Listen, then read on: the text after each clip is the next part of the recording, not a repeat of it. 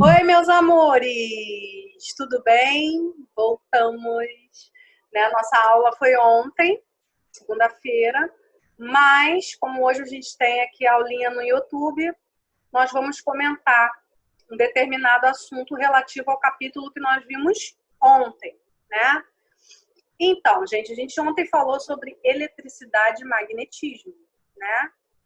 E hoje nós vamos ver alguns tipos de ímãs, tá? Ímãs naturais e artificiais, tá? Os ímãs naturais, pessoal, são aqueles capazes de atrair substâncias magnéticas, né? Isso nós vimos na aula de ontem, né? Os ímãs, eles atraem substâncias chamadas de ferromagnéticas, ou aquelas substâncias ou corpos que têm a mesma característica do ferro, né? Que é um metal magnético, tá? Então, os ímãs naturais, eles são encontrados na natureza, compostos pela magnetita, né? Naturalmente formados por magnetita, que é um mineral, uma substância que tem a propriedade de atrair corpos ferromagnéticos ou corpos que tenham cargas opostas a ele, tá? Bom, os ímãs artificiais, eles são aqueles que vão adquirir essa propriedade, ou seja, alguns metais que nós conhecemos, como o alumínio, o ouro, eles não têm a propriedade de fazer essa atração com o ímã, tá? Então, por conta de não ter essa propriedade, de não serem magnéticos, né? Esses metais, eles podem sofrer uma imantação, tá? E se transformar num ímã artificial.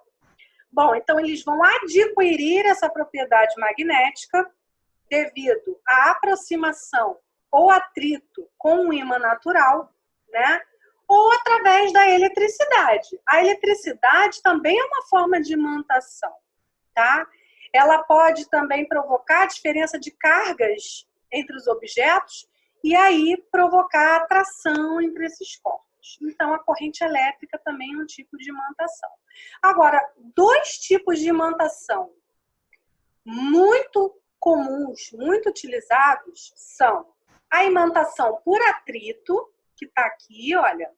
Ou seja, o ímã ele tem que ser atritado com a superfície metálica em uma única direção. Você não pode fazer isso, isso, isso e isso.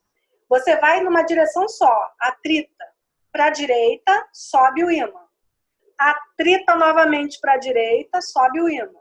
Atrita novamente para a direita. Então, é apenas em uma direção, um único sentido, tá? Então, esse atrito do ímã com o material que não é magnético vai produzir uma diferença de cargas elétricas que vai imantar, vai conferir a propriedade magnética ao objeto que antes não tinha essa propriedade, tá? Ou ao metal que antes não tinha essa propriedade. Aqui no exemplo é um ímã numa agulha de costura.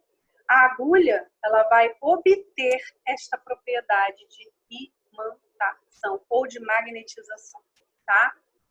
Bom, outro tipo de imantação, pessoal, é por indução. Aqui embaixo a gente tem um ímã artificial, tá? É um exemplo de ímã artificial que sofreu algum tipo de imantação.